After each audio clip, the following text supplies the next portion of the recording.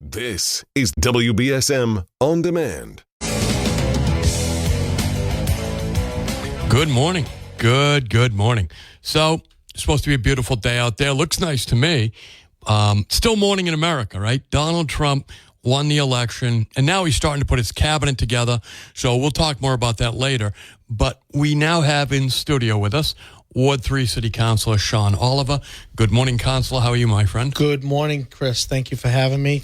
Always a pleasure to come into the studio, speak with you and your listeners, and the free coffee you guys have. We do have good free coffee. So, Shawn, we had a big election, obviously. The city, I think, in some ways changed, or at least indicated that they're willing to change. But you guys still have a lot of important issues on the table, projects you've been working on, things you're going to be working on. What do we have this week in the city council? Well, we got a lot of things coming up, like you said. I know we have our ordinance committee coming up in the next couple of days, probably next week. And there's some stuff we're going to talk pending about, business. Yeah, right? we're going to talk about recall provisions and secession plans and things of that. So that's an important one.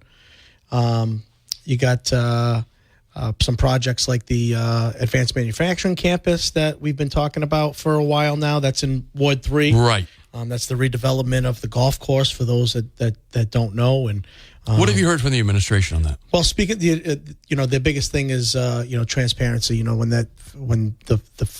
those that don't know, there was a set of RFPs that went out about 2 years ago, a year ago, probably a year and a half ago, we'll say. And there was a lot of interest. So over 60 applications went out, and then we received nothing in return. So a lot of activity and a lot of interest for people to develop that almost 100 acres in the city of New Bedford. That doesn't come up very often, right? The ability to develop over 100 acres. But there were some concerns, obviously, from the golf community, from the residents, and those developers that were looking to that showed interest. So working with those interested parties, the administration was able to kind of go back to the drawing board, if you will, take what we felt needed to be done. One of those being keeping the golf course an 18-hole golf course, right, not changing it to a 9-hole course, which was one of the original ideas. And this next approach is to kind of approach it in phases, instead of asking one developer to more or less develop the whole 99.6 acres.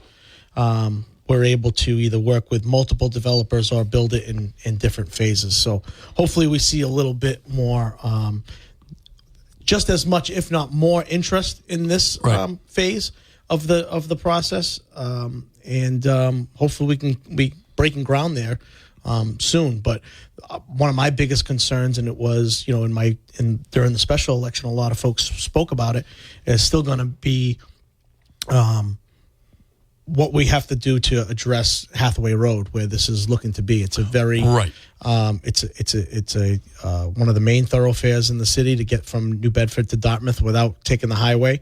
I live right off of Hathaway Road, and even today, when we left, my wife and I, to bring our son to school, it takes us about 10 minutes to get off of our street, right? Because of the amount of traffic. So that's a problem that's been persistent even before I saw motions in the can from Hugh Dunn's term in office, trying to address the concerns of Hathaway Road. So that's still going to be a focal point of mine during this redevelopment. I think the only way you're going to ever get any sort of mitigation for the busy traffic on Hathaway Road, I know this sounds oxymoronic, but is to actually add more traffic. Well, that's it, right? Because you're going to need state resources. Right. It slows it down. It'll slow it down. You can tap into state resources. I know State Representative Tony Cabral has, is fully aware of the situation of Hathaway Road. A few years back, he earmarked some money for that project. So the delegation is more than willing to help us with this. But I think, exactly like you said, bringing more traffic, maybe, through the development of that is also going to open other doors as well. So So, and I just think it's a smart move for the city to open up more industrial land. Well, yeah, I mean, it's going to be, and the other thing too is we're taking all options here as well. You know, it could be even some a pathway with a little bit of residential over there as well. Okay, you see that in some communities where they'll have, because this is not going to be like a industrial park of the days of yore. It's going to be a more cleaner type of industrial park with, you know, clean manufacturing, whether it be computer chips or things like that. We're not looking to put smokestacks there or any type of processing, but there's going to be. What's the zoning over there? So you mean there could be apartments there as well? There could be in the future. Okay. So we don't know what that looks like yet. Obviously, we've got to see what the interest is. Sure. But I think we're taking, I hate using this, but the all tools in the toolbox approach. Right. Because that's what's going to really take to get something like this off the ground. 508-996-0500. Shawn, I've been talking about a project you oppose. You solely, along with Leo Choquette, you two were the only no votes on the Capitol Theater rehabilitation, which is just the big, looked to me like the big dig. But talk about that. Yeah, so, you know, still being fairly new on the council at the time, you know, I try to tout my fiscal responsibility, not just on the council now, but in my household. You know, you have to keep your finances in order. Absolutely. So if I hire someone to remodel my home, and they keep coming to me year after year for more money, and the project continues to expand, at some point, you know, I have to say enough is enough. And at that point, even though that I was new to the council, seeing what I saw, I was not willing to give my vote for, you know, the movie Money Pit, where you just continue to pour money into. That's a good movie, but you don't want to be you don't want to be Tom Hanks and the woman who was Shelley Long, right? Yeah. They just keep writing the checks. So now that the use of that has become more apparent and more in conflict with federal policy, likely to be federal policy. Has your focus shifted on that at all? No, I mean, I'm still touting my fiscal responsibility. Right. I'm not. I'm assuming that they'll come for more CPA funding. Right. I'm not sure what stage they're at with that project. I do. You can physically see some work being done.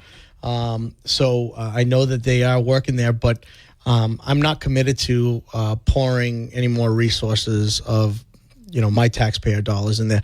I know they're getting, you know, CBD grants, you know, community block grants and other grants from the state and federal delegations. But as far as my local tax dollars here, I'm still committed to not, you know, pouring any more money into that. So because again, every year it's a competition. You guys, it's always more requests than funds available. Right, and one of my biggest things is I like to I would love for more people to get involved in some of this sharing of the money, if you will. That was the whole idea of the CPA. Yep. Unfortunately, some projects, I don't want to say they're predatory, but they see that the community isn't tapping into that as much. So that means that they can continue to come back. Yes, I think predatory is the right word. So I like that word. I like that word. I just don't. I would love to see more projects come forward. Right. I'd love to, I know the city does attempts to raise awareness, and they have these workshops and things like that. But I still don't think that there's a lot of different entities out here that may not know that they qualify, but they also don't even know that this exists. Exactly. So I think we need to continue expanding awareness about this, because I would love to spread the money around instead of the same handful of groups continuously coming to the well. Right. 508-996-0500. That's how you can get on the air with Shawn Oliver this morning. Good morning. Thanks for holding. Good morning. What's happening? Good subject matter as always. Taking the golf course and putting an industrial park there, is going to be one of the biggest disasters this city will ever see. And you will never get it right. We are still struggling with issues on Route 18 with lights working properly all the time and getting off that highway at times. You're going to take the most pristine part of the city and you're going to turn it into an industrial park. And it's always the low-hanging fruit that we seem to go for.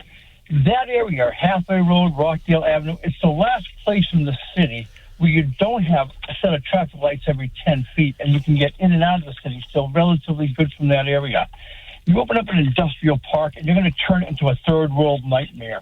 Trust me, it'll be the biggest disaster that you do in this city. It truly will. And the fact of the matter is, and I understand we need a broader tax base, and I get it. I think we would do better if another town got it. If Dartmouth got it, and maybe employment came from the city to go there. I don't really know, but you guys, it's just going to hack up the city and make every corner of the city a disaster to travel through. And I can't see anything good coming from it. And we gave away a bunch of property down on the waterfront not that long ago for the windmills, am I right? We gave it away for $1 maybe, or somebody gave it away for $1. It's just too bad that property couldn't have been used for more industrial space that would benefit. I don't think the windmills are really going to benefit us that great. I really don't.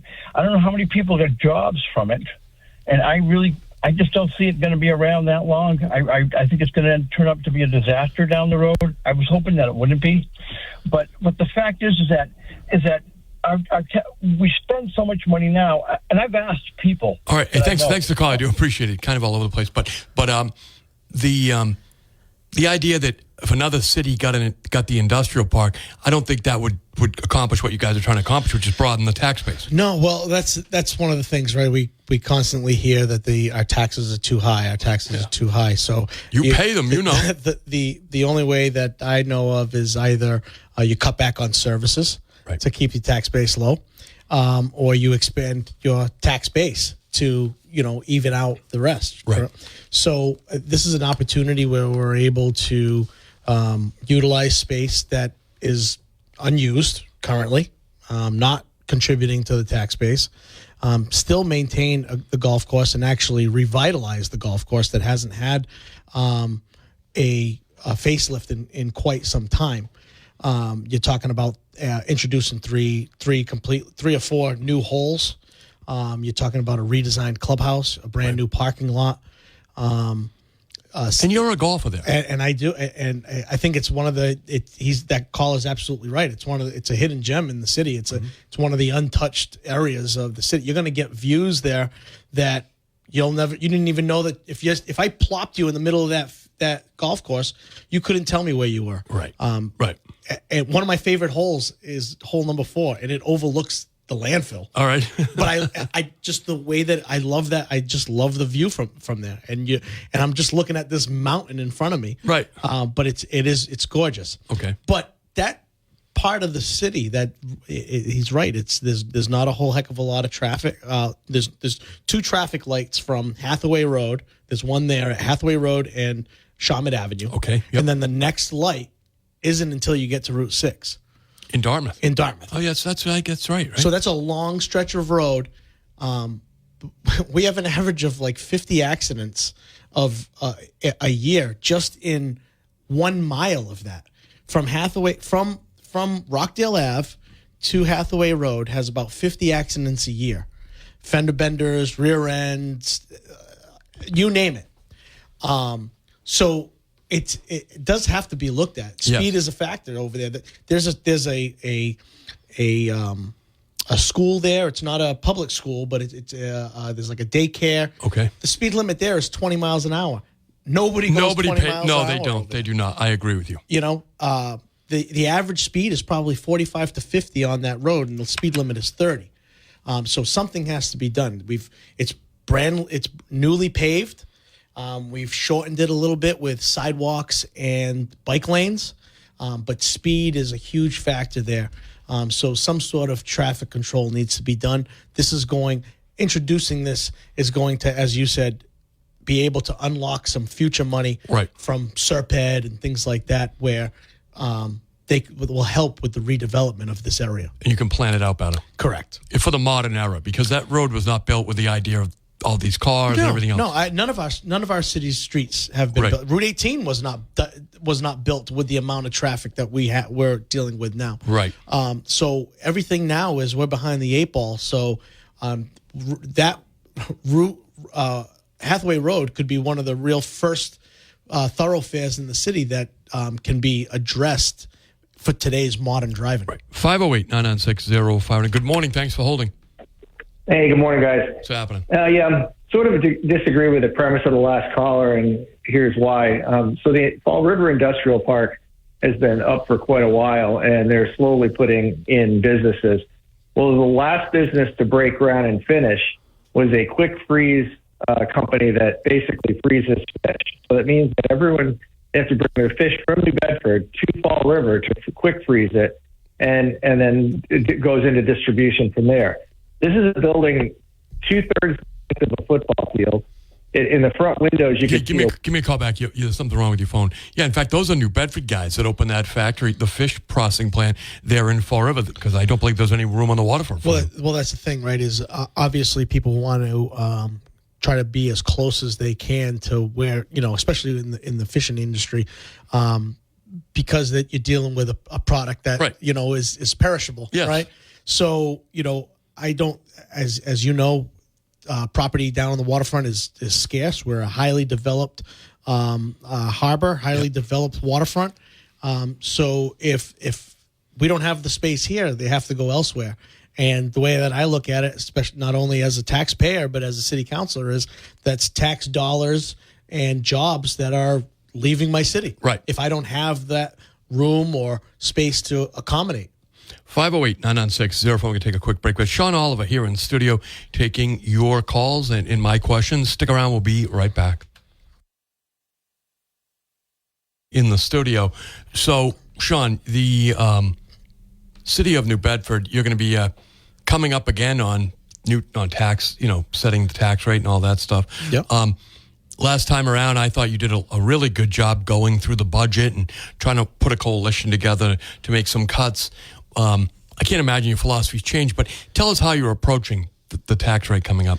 Well, obviously the tax rate is always one of those tough meetings. You have the meeting about the tax rate first, and then we have the meeting to set the tax rate right after.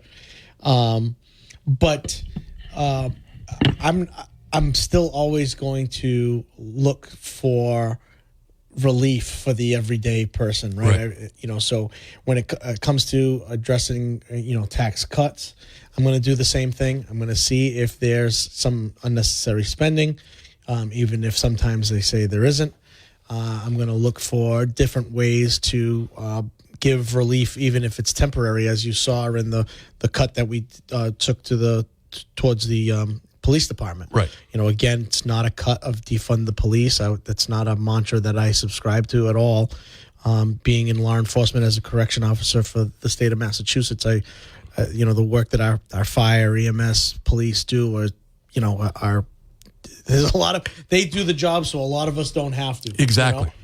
So I respect all that they do, but at the end of the day, just because they're asking for it doesn't mean that the taxpayers have to come out of the pocket, at least at that particular moment. So I think that there's a good mix of folks on the council right now that have kind of that same idea of, enough is enough. Well, they're property taxpayers. Most of them are, right? Right. And a lot of people will say, "Oh, well, that doesn't matter." I think it does take into account because it's that you see that direct reflection of the work that you did on the council, right, in your property tax at the end of the year. Your wife, and a bunch of your extended family members all pay taxes in New Bedford. Thanksgiving is coming, and I'm going to have a lot of family and a lot of taxpayers at my house.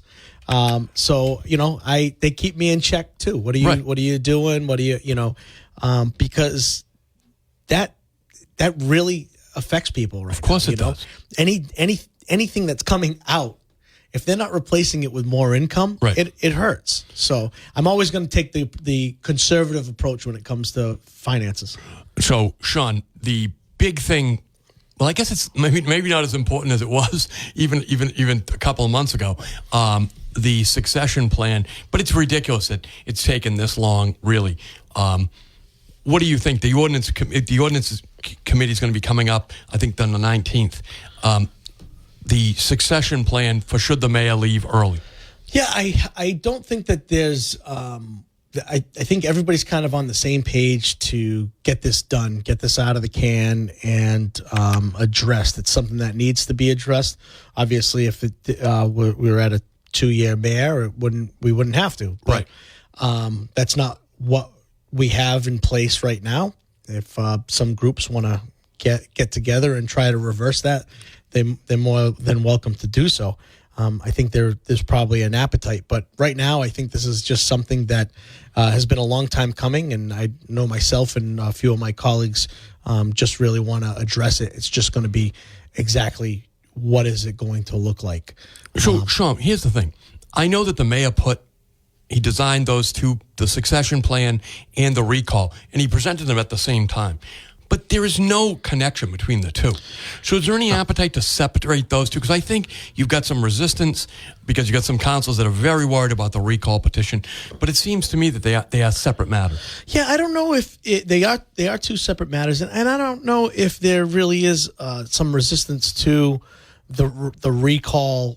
I don't think that there's really anybody on the council that's vulnerable, we're all vulnerable, obviously, but subject to a recall. I mean, this has to be something so outrageous that it would constitute a recall. I see that, and you see that, but I think there's some of your council colleagues that don't.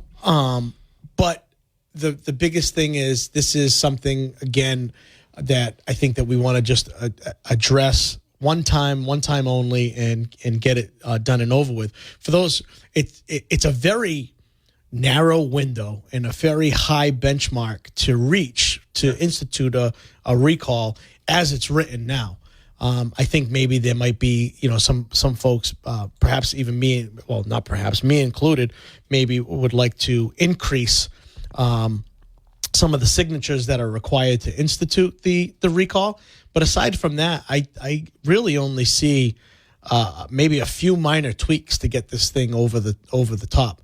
Now, we're being told from multiple sources that the way that it's written, it's probably, if not the one of the most higher hurdles to accomplish in the Commonwealth. Some municipalities, you only need one person to institute a recall. Some you only need a handful. So I think that's going to be the only thing that you really see. I have the utmost faith that we're going to come to a resolution on these pretty soon. 508-996-0500. Good morning. Thanks for holding. Yeah, good morning, Chris. Good morning, Councilor Oliver. How you doing? Sir. You know what I'm noticing in our city as a taxpayer, homeowner? All these rooming houses, they're cropping up everywhere in the city. There's no limits. And the mayor doesn't give a darn, and some of your colleagues don't give a darn. We're being overrun. The quality of life is going down. All we got is sober houses and rooming houses and thickly settled streets, and our quality of life is going down. These rooming houses, people make a lot of noise, laughing and giggling and all kinds of stuff, drinking in the middle of the night. And what's being done about that? And one more thing. This Elena De Silva Hughes and Chris played this yesterday from the New Bedford Light, the illegal alien problem, and how Elena De Silva wants safe zones in churches and schools and other places, safe zones so they can evade immigration authorities. I want your take on that, but most of all, what are you as a city council doing to put a limit on these rooming houses that are overrunning our city and the quality of life? Thanks for the call, my friend, Shawn. Well, that's an absolute problem throughout the city. The uptick in sober homes and rooming houses. I think rooming houses do serve a purpose, but there has to be some sort of a little bit more stringent regulations when it comes to it, especially sober homes.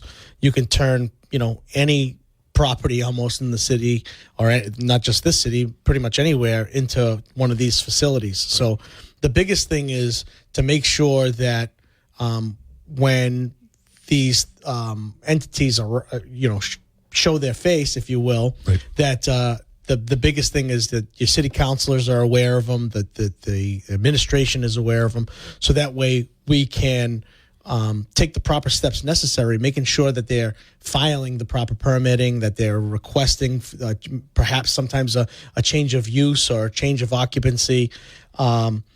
Because what you see with a lot of these is the property gets bought, they establish what they're trying to establish, Right. and then by the time we know about it, it's already too late and it's already happening. Very similar to what was happening to the Caroline Street Chapel. But you were right on that. Where, first it was, I had seen it, but the outcry of folks in the neighborhood, people that are in tune with what's going on in their street, reaching out to me and saying, hey, can you take a deeper dive into who bought this property, Right. what they're looking to do? And then when we started looking at that was exactly But you did an exhaustive deep dive, not into who bought it. I was very impressed with the research that you shared with us. Right. Well, they don't make it easy for you to find that stuff. As well, you it know, shouldn't be right? really easy. You have to go through, who owns the property. Then you have to go and see, normally it's an LLC. Mm-hmm. Okay, who's this LLC? What other properties do they own? Who's involved in it? So it gets pretty. And then who are these people?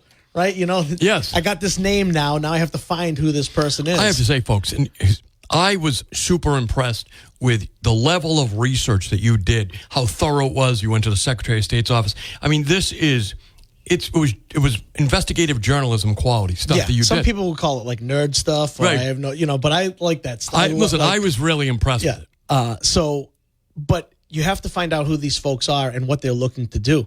As we saw with that particular property, as an example, they bought the property and within days they started blasting walls and building things Right. and not doing things to code. And meanwhile, our inspectional services department had no idea that anything was happening. Right. So once we can get involved as a city and be like, hey, you need to, what are you looking to do here? What are you doing? Stop this work right now. Present us with a plan. And we can use some of the current zoning and regulations through the permit process to help combat some of these things. So I encourage people to, when they see things like that happening in their neighborhood, always reach out to your city councilor or the inspectional services department. You see somebody digging or demoing stuff, and you don't see something in the window, that's normally a big red flag. So definitely get involved and speak to one of us or speak to the building department. But the biggest thing is these things have to have some sort of backing from the state and federal delegation as far as what these things are going to look like. Okay. Right now, as you know, they are, I guess, hiding under the guise of providing a service, providing housing, and they're able to hide under or seek shelter under, the Americans with Disabilities Act and the Fair Housing Act. There's no real regulation or what these places are going to look like. So I think we need to, here at the local level, continue to advocate. It's a federal issue primarily. Right. Right. And speak with our state and federal delegation. Good luck. They're all Democrats. They're not going to help you. I mean, I don't understand why people don't get this.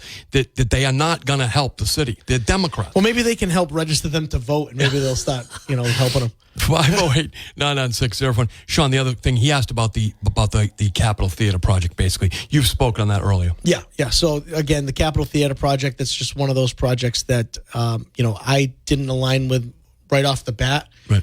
More so from a fiscal responsibility standpoint, but even more so now. Legal immigration. I'm all for it. Right. That's how I'm here today. My grandparents came over when my mother was 5 years old. They migrated here legally. Right.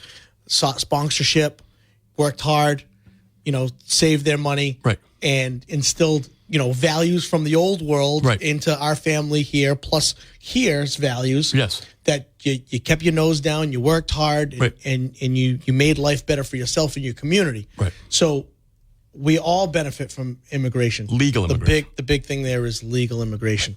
As you know, New Bedford's not a sanctuary city, but would be naive to say that there's no illegal immigrants here. Well, certainly if the city council and the mayor's office are funding basically a fortress from which to wage a legal battle against the federal government, I don't think that's good for the city, do you? Well, it's not a good look, and I think the other thing too is it also starts sounding the alarm that New Bedford's come to New Bedford, they have the resources to help you. So exactly, it's not good for the region, right? Good morning, thanks for holding. Hi, good morning. Good morning, my friend.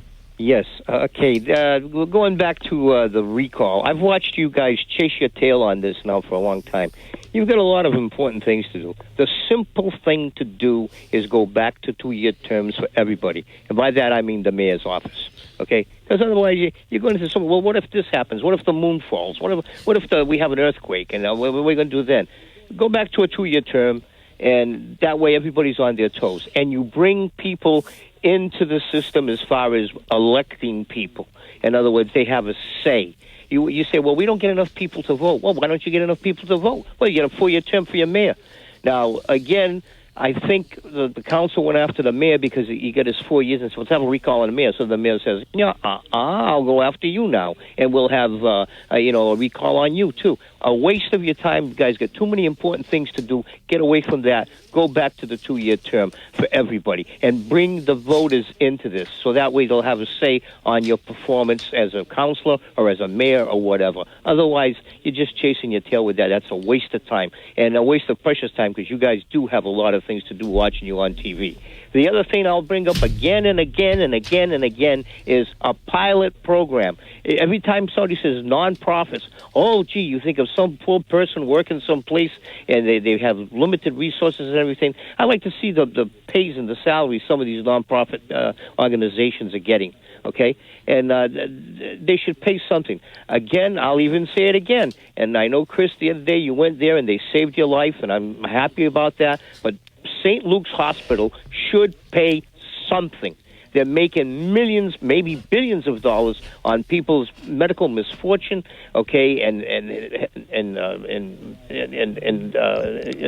with this happening, they don't pay a dime, and they're profiting off the whole area. The tax rate in this city, you've got to get it close to what the surrounding cities and towns are. Otherwise, they'll all go to the cities and towns, or they'll even go to Fall River to process fish. So, that's the way I see it. And I know you guys are working hard on the city council. I watch you on TV when I get a chance to see you on cable. And but again, I'd say some sort of pilot program. Otherwise, you're going to that means payment in lieu of taxes, right? And we have a committee that was newly formed. There's nothing in the can that yet. We're still having some discussions as to what this is going to look like. And as that gentleman, St. Luke's is the biggest nonprofit that the city has, really. Right. So they would be one of the biggest contributors. I feel exactly the same exact way that gentleman does as well. I think that they should contribute something. The problem is what that's going to look like. We have a ton of little nonprofits. Yeah. What's that model going to look like as far as is it every nonprofit? Is it certain nonprofits dealing with certain things? Right. What's the equation going to look like? So I spoke with our attorney on that. That's going to be probably the hardest thing is what that looks like. Of course. So the Profile Tavern, that's Shawn. You go there. The Profile Tavern in East Freetown. Not too soon to start thinking about lunch. Go out to the Profile Tavern in East Freetown. They're open for lunch and dinner. They've got great barbecue, great pizza, great burgers. They've got everything really you want from an American tavern. Right located in Freetown. Only how far from your house? From my house, 8 minutes I can get there from my house. As long as the traffic on Hathaway Road lets me zip right onto the exit ramp. And then you're right up Route 140. And then right up Route 140. I roll down my windows just before I take the exit because you can smell the barbecue from there. It's amazing. I recommend if you find yourself there, try the Freetowner. It's their version of like a Reuben sandwich. Okay. But it's a brisket. Okay. With the au jus sauce. Get the tater tots and Jay's cornbread. That's the perfect mix right there. Jay Lanigan makes a great restaurant, makes a great tavern. Great American place right there. As he said, only 8 minutes from his house. So, folks, there's no reason to not try the Profile Tavern. They're great. They've got great cocktails, great beers. Take a break. We'll be right back. If you're on hold, stay there.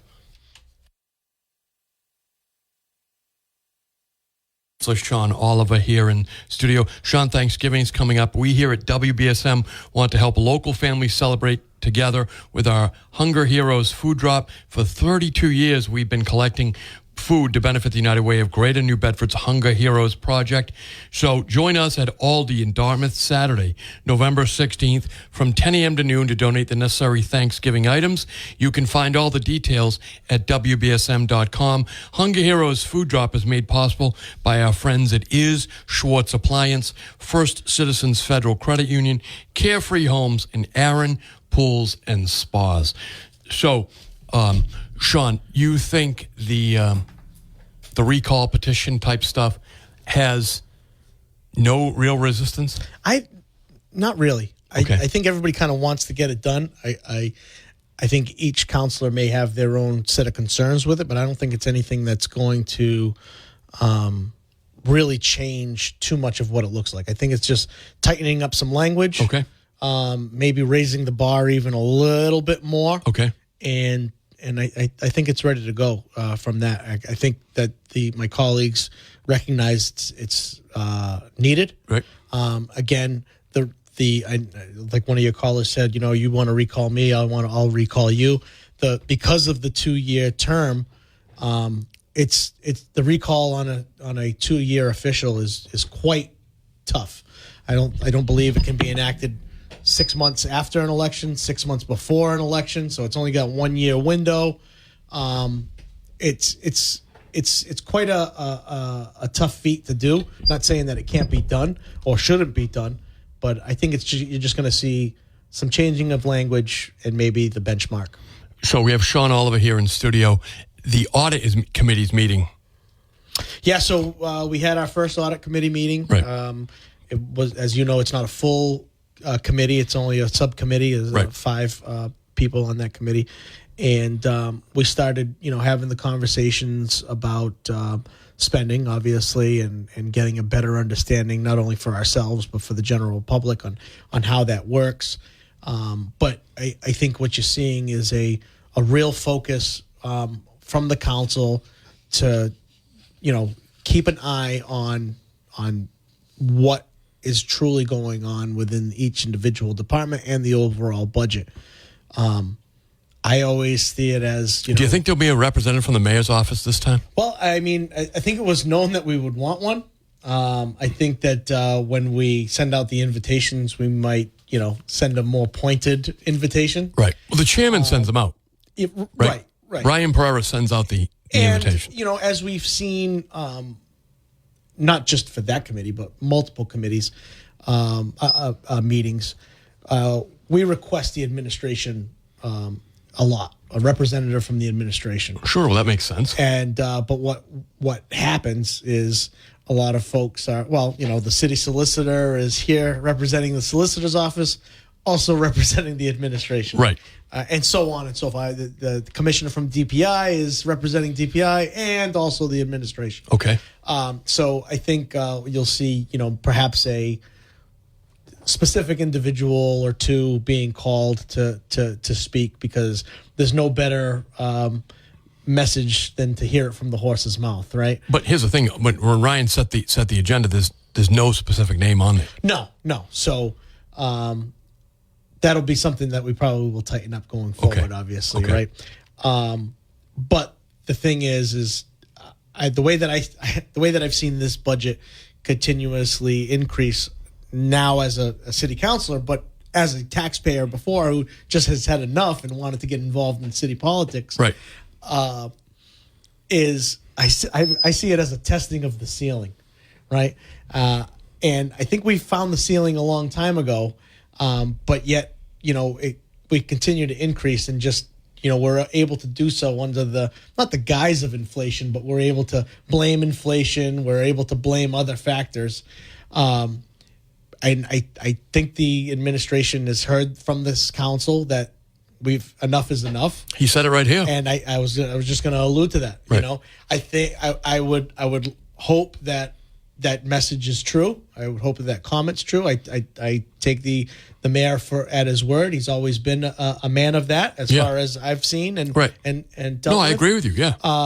So I thought that was a major significant development when he said it, because I don't think the mayor is going to say something he's not going to live by. I know that about him. I mean, unless something in the foreseeable future happens. Well, I mean, you always understand that. If something happens, I mean, but without any unforeseen events happening. So the other thing is the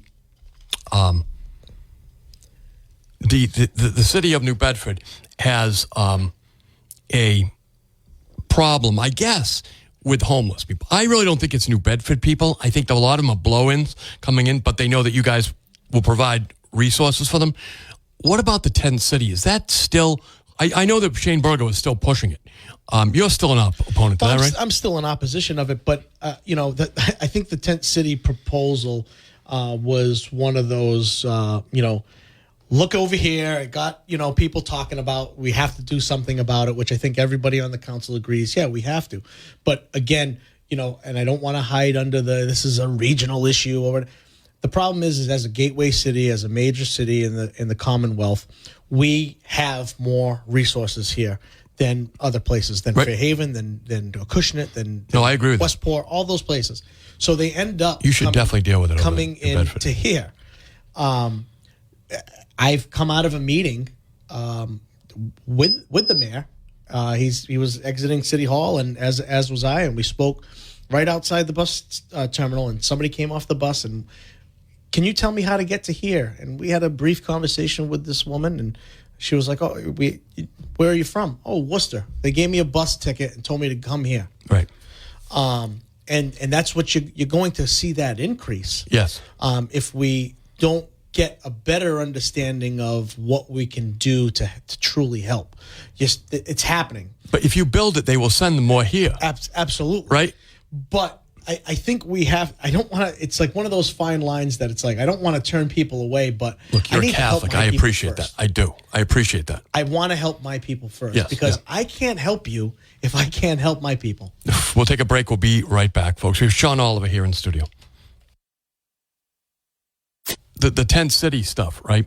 I think it would just be bad for the city of New Bedford to develop one of those, because I think every community in the state would target you guys as a place to send, just like the way Mass and Cass was. Oh, absolutely. And not even just every community, it would just, like you said, and I think I even said this in the committee meeting, or the first one, was if you build it, they will come.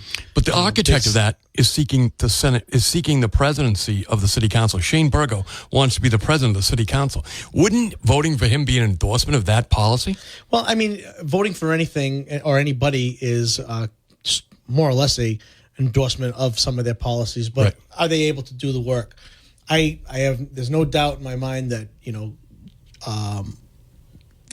as a city councilor, every city councilor I feel is able to do it, or should think that they are able to do it. Be the president. Right. Okay. If you're able to be a city councilor, you should be able to be a president. But the biggest thing is making sure that not only can you do the job, does this person, at least the way that I approach it, is this person align with some or most of my views? Right. That's the reason. One of the reasons why there's 11 of us. Right. Because if there wasn't 11, we wouldn't be so diverse in some of our initiatives and being able to help out our community. But I did hear that Councilor Burgo is seeking the presidency, and we'll see how that fares. You need what, 6 votes?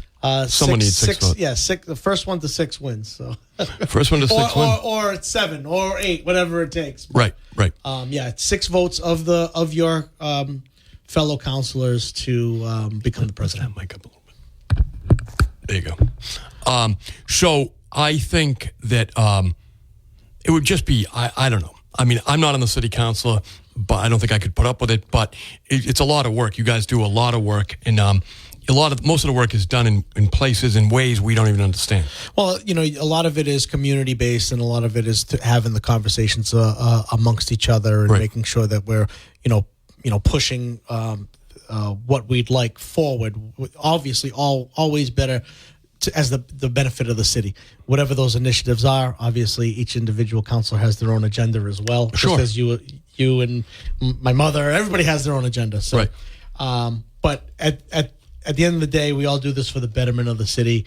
I did. Is that really why most? I don't know. Maybe why you do it. That's why I do it. Right. Right. I don't think you can speak for all 11. No, I can't speak for all 11. I'm only speaking for myself. Right. But I encourage people to get more involved. We have a Ward 3 meeting coming up. Okay. Just as Leo has revived his, right. All the other wards have one as well. Ours is actually tomorrow. Okay. It's at 6:30 at Holy Name of the Sacred Heart.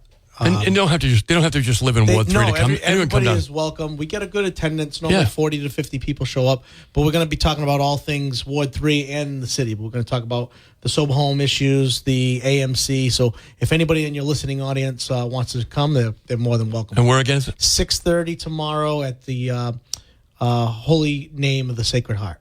Holy Name of the Pleasant Sacred Street. Heart. So, Shawn, again, I appreciate you coming in. I really do. You're always available for me whenever I ask. You're welcome to come down here. Yeah, I appreciate it, Chris. I always appreciate the opportunity to speak with you and your listeners. I think this station has some of the most in-tune people to the community, right. So it's always great to hear from them. I thank you. Thanks, Shawn. Shawn Oliver, folks. Again, Ward 3 City Councilor. So, look, again, he does a great job.